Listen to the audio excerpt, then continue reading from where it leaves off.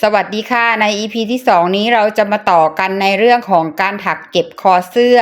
และการถักเชื่อมระบายทั้ง3ชั้นนะคะจะถักเก็บคอเสื้อตรงระบายชั้นที่1ก่อนแล้วค่อยถักเชื่อมต่อระบายของแต่ละชั้นเข้าหากันนะคะการถักเก็บคอเสื้อแถวที่1เราจะถัก X ไปโดยรอบให้จบแถวที่1นะคะขึ้นต้นด้วยการถักโซ่1แล้วถัก X ลงตรงจุดนี้1หลักนะคะระหว่างช่องโซ่ตรงนี้ทั้งหมด3หลัก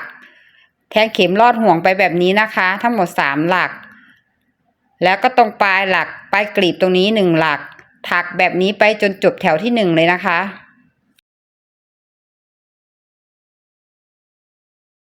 เมื่อถักมาจบแถวที่1ปิดงานแถวที่1แทงเข็มแล้วควักไหมดึงไหมผ่านแบบนี้นะคะต่อไปจะเป็นการถักแถวที่2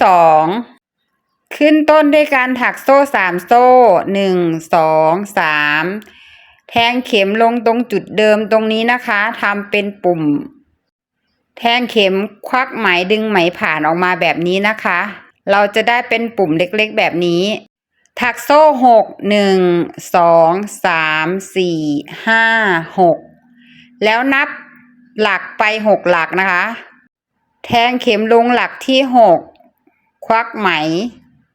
แล้วถักโซ่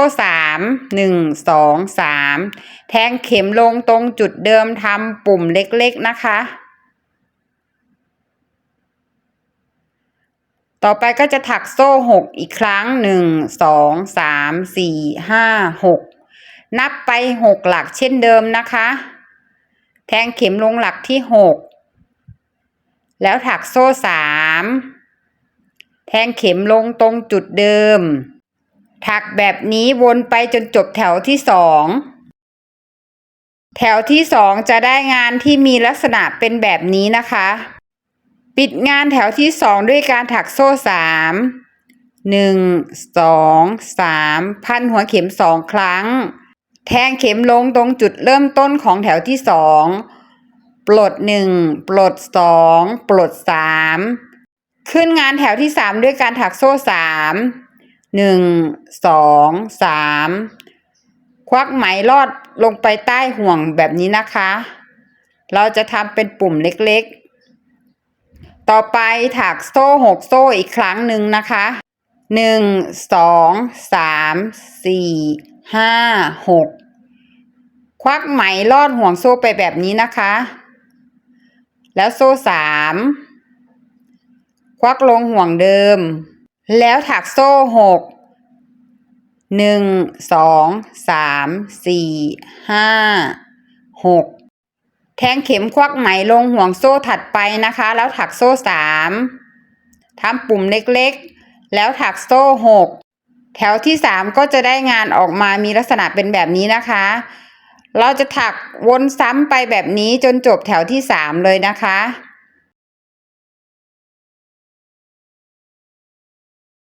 ปิดงานแถวที่3ด้วยการถักโซ่3 1 2 3พันหัวเข็ม2ครั้งแทงลงตรงจุดเริ่มต้นแถวที่3ปลด1ปลด2ปลด3แล้วถักโซ่3นะคะ1 2 3ควักลงห่วงเดิมต่อไปเราจะลดจำนวนโซ่ลง1โซ่นะคะถักโซ่5ค่ะ1 2 3 4 5โซ่ควักไหมลงห่วงถัดไปแล้วถักโซ่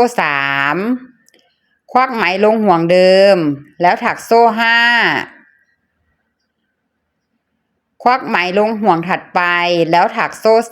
3ถักแบบนี้วนไปจนจบแถวที่4เลยนะคะ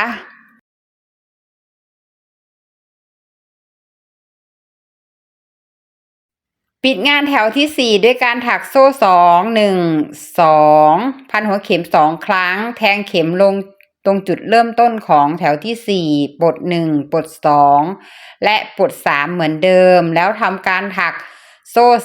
3ควักลงห่วงเดิมแถวที่5ถักโซ่5 1 2 3 4 5ควักไหมลงห่วงถัดไปแล้วถักโซ่3ควักลงห่วงเดิมแล้วถักโซ่5ถักแบบนี้ไปจนจบแถวที่5นะคะ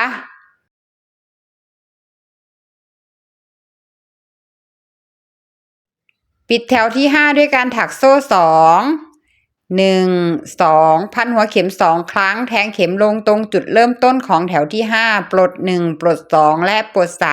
3แล้วถักโซ่3ควักลงห่วงเดิมแถวที่6เราจะถักเหมือนแถวที่5นะคะโดยการถักโซ่5ค่ะควักไหมลงห่วงถัดไปแล้วถักโซ่3ควักไหมลงจุดเดิมแล้วถักโซ่5ถักไปจนจบแถวที่6นะคะปิดงานแถวที่6ด้วยการถักโซ่2แล้วพันหัวเข็ม2ครั้งแทงเข็มปลด1ปลด2และปลด3ถักโซ่3เหมือนเดิมนะคะแล้วก็ควักไหมลงตรงจุดเดิมแถวที่7เราจะลดจำนวนโซ่ลงเหลือ4โซ่นะคะ1 2 3 4แทงเข็มลงห่วงถัดไปแล้วถักโซ่3ถักเหมือนเดิมนะคะเพียงแต่ลดจำนวนโซ่ลงเหลือ4โซ่จะค่อยๆถักลดจำนวนโซ่ลงเพื่อให้คอนั้นแคบลงนะคะถักวนไปแบบนี้จนจบแถวที่7ปิดงานแถวที่7ด้วยการถักโซ่2พันหัวเข็ม1ครั้งแทงเข็มลงตรงจุดเริ่มต้นปลด1ปลด2แถวที่8โซ่3ควักลงตรงจุดเดิมแถวที่8ถักโซ่4 1 2 3 4ควักลงห่วงถัดไปแล้วถักโซ่3ควักไหมลงห่วงเดิมแล้วถักโซ่4แถวที่7กับแถวที่8จำนวนโซ่ทั้งหมด4โซ่เหมือนกันนะคะถักแบบนี้วนไปจนจบแถวที่8ปิดงานแถวที่8โซ่2 1 2พันหัวเข็ม1ครั้งแทงเข็มปลด1ปลด2แล้วถักโซ่3ควักไหมลงห่วงเดิมแถวที่9ถักโซ่4 1 2 3 4ควักไหมลงห่วงถัดไปแล้วถักโซ่3ควักไหมลงห่วงเดิมแถวที่9จะถักจำนวนโซ่เท่ากับแถวที่7และ8นะคะถักวนไปแบบนี้จนจบแถวที่9ปิดงานแถวที่9ถักโซ่2พันหัวเข็ม1ครั้งเหมือนเดิมนะคะการปิดงานแถวที่10ถักโซ่3ควักไหมลงห่วงเดิมแถวนี้จะลดจำนวนโซ่ลงเหลือ3โซ่นะคะ1 2 3ควักไหมลงห่วงถัดไปแล้วถักโซ่3ควักลงห่วงเดิมถักโซ่3ควักไหมลงห่วงถัดไปแล้วถักโซ่3ถักแบบนี้วนไปจนจบแถวที่10นะคะ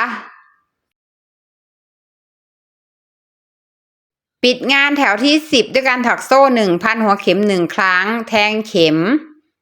ปลด1ปลด2แถวที่11ถักโซ่3ควักไหมลงห่วงเดิมแล้วถักโซ่3 1 2 3ควักไหมลงห่วงถัดไปแล้วถักโซ่3ควักไหมลงห่วงเดิมถักโซ่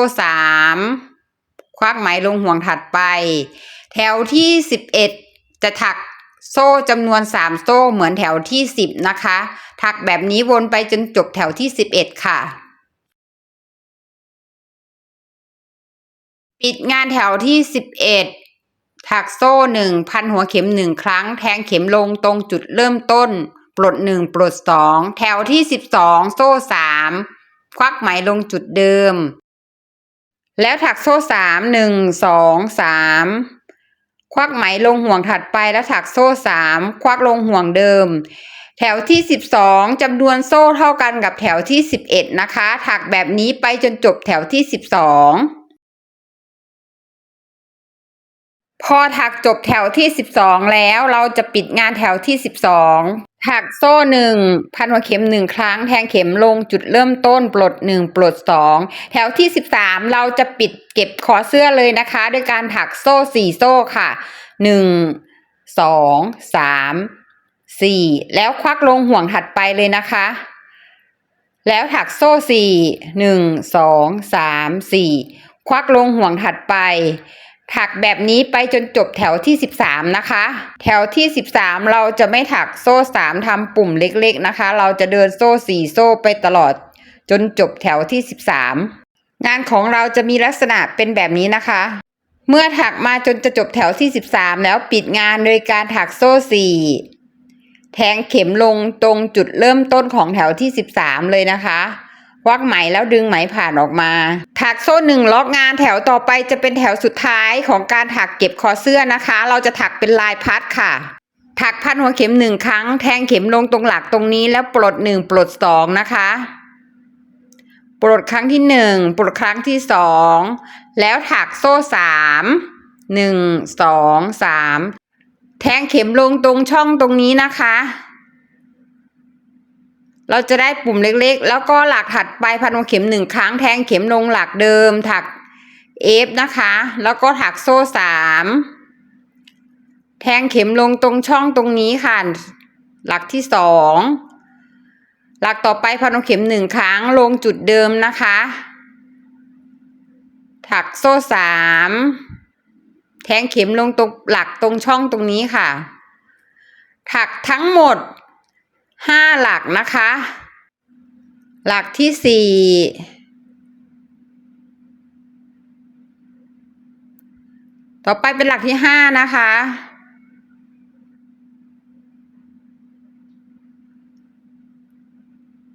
เราจะได้ลายพัดทั้งหมด5หลักแบบนี้นะคะต่อไปเราจะแทงเข็มลงตรงหลักถัดไปตรงนี้นะคะถัก X ลงหลักถัดไปแบบนี้นะคะเราจะได้ลักษณะของลายพัดที่เป็นแบบนี้ต่อไปดอกต่อไปเราจะพัดหัวเข็ม1ครั้งแล้วก็แทงเข็มลงหลักถัดไปเลยนะคะทำลายพัดดอกที่2ทำเหมือนเดิมนะคะทำทั้งหมดดอกละ5หลักนะคะถักแบบนี้ไปจนจบแถวเลยนะคะเราจะได้ลายริมคอเสื้อที่มีลักษณะเป็นแบบนี้นะคะถักมาจนครบรอบก็ปิดแถวงานโดยการแทงเข็มควักไหมดึงไหมผ่านล็อกงานด้วยการถักโซ่1ตัดปลายไหมแล้วก็เก็บปลายไหมให้เรียบร้อยเลยนะคะสำหรับการถักเก็บคอเสื้อจำนวนโซ่และจำนวนแถวของการถักสามารถปรับเปลี่ยนได้ตามความเหมาะสมนะคะขั้นตอนต่อไปเป็นการถักเชื่อมต่อระบายทั้ง3ชั้นเข้าหากันนะคะ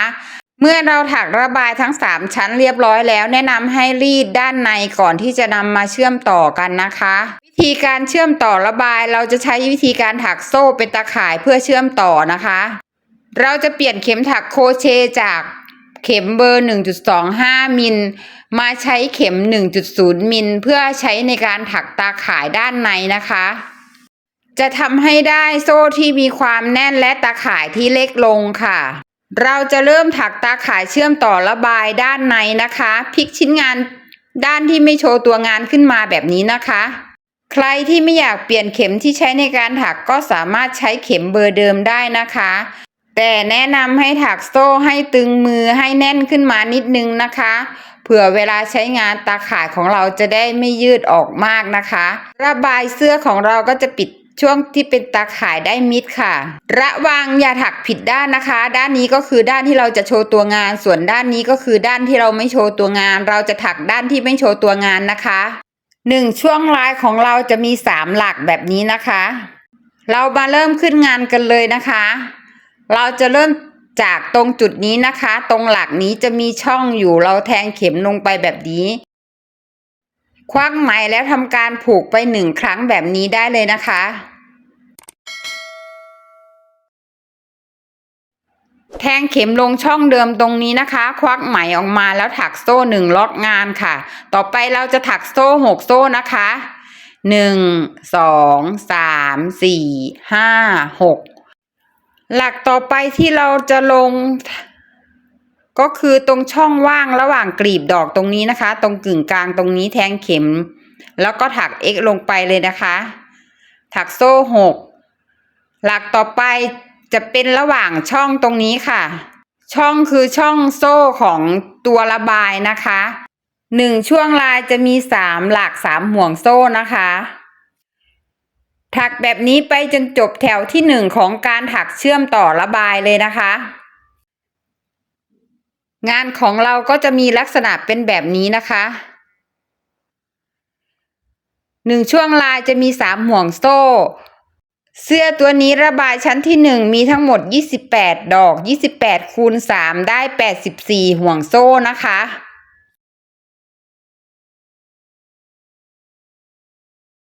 เมื่อถักงานมาจะจบแถวที่1จะปิดงานโดยการถักโซ่3พันหัวเข็ม2ครั้งแทงเข็มลงตรงจุดเริ่มต้นของแถวที่1ปลดทั้งหมด3ครั้งนะคะปลด1ปลด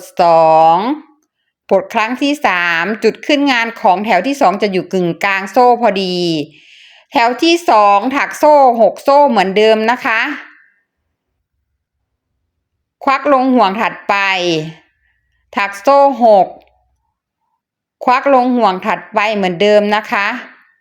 เราจะถักโซ่แบบนี้ทั้งหมด12แถวนะคะในแถวที่3แถวที่7และแถวที่11จะมีการขยายเพิ่มจำนวนห่วงโซ่ขึ้นนะคะเพราะระบายชั้นที่2มีจำนวนดอกเพิ่มขึ้น8ดอกจำนวนหลักเพิ่มขึ้น24หลักเราจึงค่อยๆเพิ่มจำนวนห่วงโซ่ขึ้นให้เท่ากับระบายชั้นที่2เมื่อถักมาจนจะจบแถวที่2ปิดงานแถวที่2ด้วยการถักโซ่3พันหัวเข็ม2ครั้งแทงเข็มลงตรงจุดเริ่มต้นของแถวที่2ปลด3ครั้งในแถวที่3นี้จะมีการถักขยายเพิ่มจำนวนห่วงโซ่นะคะเราจะขยายเพิ่มจำนวนห่วงโซ่ทั้งหมด8จุดโดยการกระจายให้มีระยะห่างเท่าๆกันนะคะจำนวนห่วงโซ่ทั้งหมดหารด้วย8เราก็จะได้ระยะห่างของจุดที่เราจะขยายห่วงโซ่นะคะแล้วใช้เข็มกลัดมาร์กจุดที่เราจะขยายห่วงโซ่เพิ่มทั้ง8จุด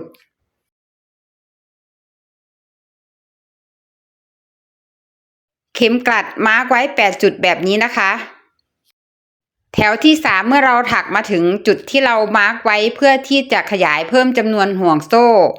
เราจะถักโซ่6ถักควักลงห่วงถัดไปแบบนี้แล้วถักโซ่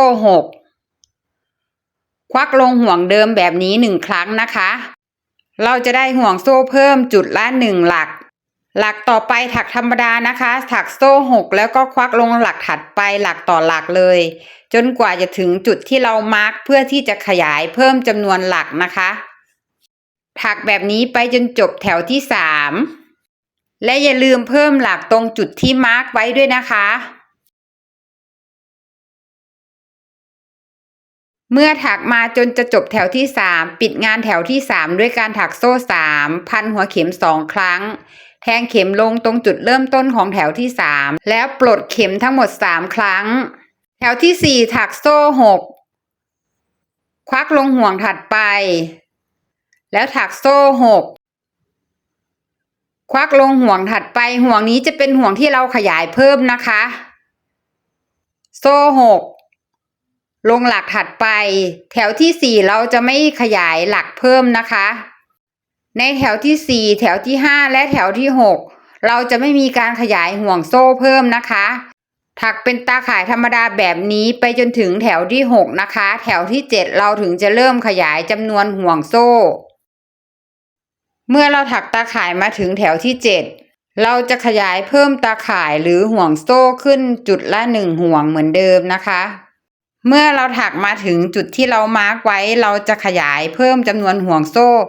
โดยการถักโซ่6แล้วควักลงห่วงเดิมแบบนี้นะคะแล้วถักโซ่6ควักลงห่วงถัดไปจนกว่าจะถึงจุดที่เรามาร์กไว้เหมือนเดิมนะคะในแถวที่7ถักเพิ่มจำนวนหลักเฉพาะจุดที่เรามาร์กไว้จนจบแถวที่7นะคะในแถวที่8แถวที่9และแถวที่10เราจะถักห่วงโซ่ธรรมดาไม่มีการเพิ่มจำนวนหลักนะคะเมื่อเราถักมาถึงแถวที่11เราจะเพิ่มจำนวนหลักขยายห่วงโซ่ในจุดที่เรามาร์กไว้อีก1แถวนะคะถักขยายและเพิ่มจำนวนหลักตรงจุดที่เรามาร์กไว้เหมือนเดิมเลยนะคะถักเพิ่มหลักเฉพาะจุดที่มาร์กไว้จนจบแถวที่11เมื่อถักมาถึงแถวที่11งานตาข่ายของเราที่ได้ก็จะออกมามีลักษณะเป็นแบบนี้นะคะในแถวที่12เราจะถักเชื่อมต่อกันกับระบายชั้นที่2นะคะ โดยการนำระบายชั้นที่2พลิกด้านที่ไม่โชว์ตัวงานขึ้นมาแบบนี้นะคะส่วนด้านล่างจะเป็นด้านที่เราโชว์ตัวงานจะอยู่ด้านนอกของตัวเสื้อนะคะเริ่มการถักเชื่อมต่อระบายในแถวที่12ด้วยการถักโซ่3 1 2 3เราจะถักเชื่อมต่อกับระบายชั้นที่2เริ่มจากจุดไหนก็ได้นะคะจะถักเข้าไปตรงช่องระหว่างโซ่ตรงนี้โดยการถักควักธรรมดาหรือถัก X ลงตรงระหว่างโซ่ตรงนี้นะคะแล้วถักโซ่3กลับมายังตะข่ายแถวที่12ของเราแล้วถักโซ่3 1 2 3ถักควักเอาระหว่างโซ่ของระบายนะคะถักโซ่3กลับมาควักธรรมดาลงห่วงถัดไปโซ่3แล้วกลับไปควักห่วงถัดไปของระบายชั้นที่2ถักเชื่อมต่อกันแบบนี้ไปจนจบแถวที่12นะคะการถักตาข่ายเชื่อมต่อระบายชั้นที่1กับชั้นที่2ของเราที่ได้ก็จะออกมามีลักษณะเป็นแบบนี้นะคะปิดงานแถวที่12ด้วยการถักโซ่3แทงเข็มลงตรงจุดเริ่มต้นของแถวที่12ควักไหมแล้วดึงไหมผ่านล็อกงานด้วยการถักโซ่1ตัดปลายไหมนะคะจำนวนหลักของเราก็จะพอดีเท่ากันกับระบายชั้นที่2งานด้านในตัวเสื้อก็จะมีลักษณะเป็นแบบนี้นะคะด้านนอกระบายตัวเสื้อก็จะเป็นลักษณะแบบนี้นะคะต่อไปการถักเชื่อมต่อระบายแถวที่2กับแถวที่3เราจะเริ่มขึ้นงานตรงจุดนี้นะคะจะมีช่องว่างอยู่ตรงนี้เหมือนเดิมกับการถักตาข่ายชั้นที่1นะคะเริ่มต้นถักเหมือนเดิมเลยนะคะทำการมัดปลายไหมไว้1ครั้งล็อกงานด้วยการถักโซ่1เหมือนเดิมแล้วถักโซ่6 1 2 3 4 5 6แล้วแทงเข็มลงตรงจุดนี้นะคะจุดที่เราเชื่อมต่อตาข่ายกับระบายชั้นที่2แล้วถักโซ่6ลงหลักถัดไปจะเป็นจุดนี้นะคะถักแบบนี้ไปจนจบแถวเราจะได้จำนวนหลักหรือห่วงโซ่ของแถวนี้จากการที่นำจำนวนดอกของระบายชั้นที่2คูณ3ระบายชั้นที่2ของเสื้อตัวนี้ทั้งหมด36ดอกคูณด้วย3เท่ากับ108หลักหรือ108ห่วงโซ่นะคะงานที่ได้จะมีลักษณะเป็นแบบนี้นะคะเราจะถักขยายเพิ่มจำนวนหลักในแถวที่3 7และ11เหมือนเดิมนะคะทำการมาร์กจุดไว้8จุดเหมือนเดิมในแต่ละจุดให้มีระยะห่างที่เท่าๆกันนะคะการถักตาข่ายเราจะถักโซ่6ถักเหมือนการถักเชื่อมต่อระบายชั้นที่1กับชั้นที่2เราจะถักขยายเพิ่มจำนวนหลักในแถวที่3แถวที่7และแถวที่11แถวละ8จุด8หลักทั้งหมดก็จะรวมเพิ่มขึ้น24หลักนะคะเมื่อถักครบ11แถวแถวที่12จะถักเชื่อมต่อกับระบายชั้นที่3นะคะการถักเชื่อมต่อระบายชั้นที่2กับชั้นที่3ก็ถักเหมือนกันกับการถักเชื่อมต่อระบายชั้นที่1กับชั้นที่2นะคะสามารถย้อนคลิปกลับไปดูได้นะคะเพราะว่าถักเหมือนกันต่างกันแค่จำนวนหลักที่เพิ่มขึ้นเท่านั้นเมื่อเราเชื่อมต่อระบายทั้ง3ชั้นเข้าด้วยกันก็จะมีลักษณะเป็นแบบนี้นะคะด้านนี้คือด้านที่เราโชว์ตัวงานหรือระบายด้านนอกของตัวเสื้อใน EP หน้าเราจะมาต่อกันในเรื่องของการถักตัวเสื้อและการเชื่อมต่อตัวเสื้อกับระบายนะคะแล้วเจอกันค่ะ